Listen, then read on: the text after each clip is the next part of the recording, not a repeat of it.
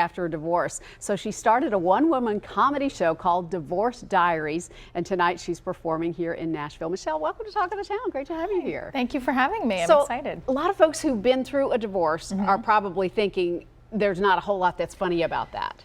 But is it one of those, laugh so you don't have to cry? Laugh so you don't have to cry, because some of the stuff that you go through during divorce, you can't make up. And I felt like if I'm going to go through this and it's going to be challenging, I might as well find the humor in it. Why not? Life is too short. Yeah. So what was your life like back then when this first started? All right, so I filed for divorce. I filed for divorce and moved back home with my parents and my grandmother and my twin brother and my handicapped dog. And my daughter was potty training.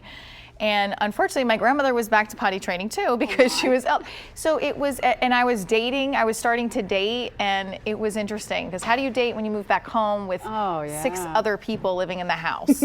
So it was interesting. I was like, all right, this has got to go on the stage somewhere. Yeah, and dating is a big part of your show. You talk about some of the guys that you've been with. I teach kids with special needs, and I date men with special needs, which is a big tag for the show. And there's nothing wrong with that. It's just, it's kind of my choice too. I always kind of run for the wounded bird.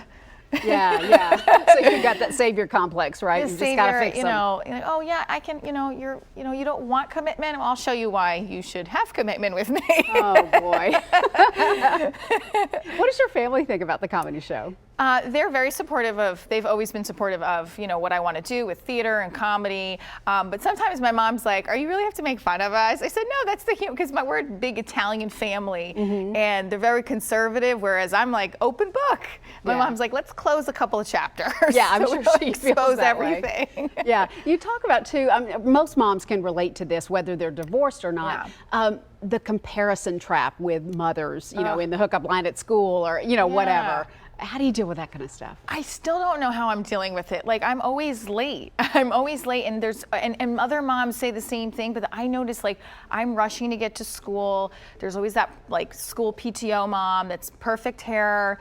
I forget to brush my teeth, and she's got everything done. And she has like 4 kids, and I only have 1, so I don't understand it.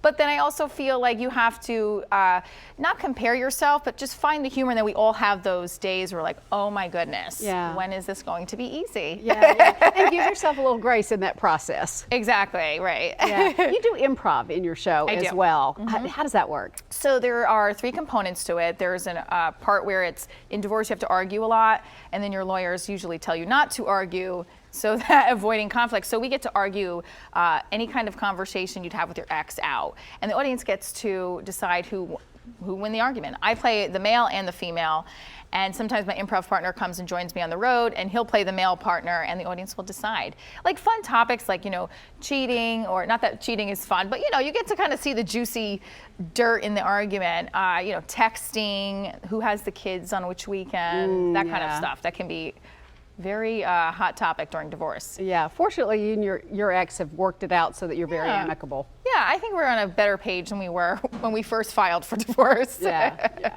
Well, thanks for being with us. It sounds like it ought to be a lot of fun. You can see Michele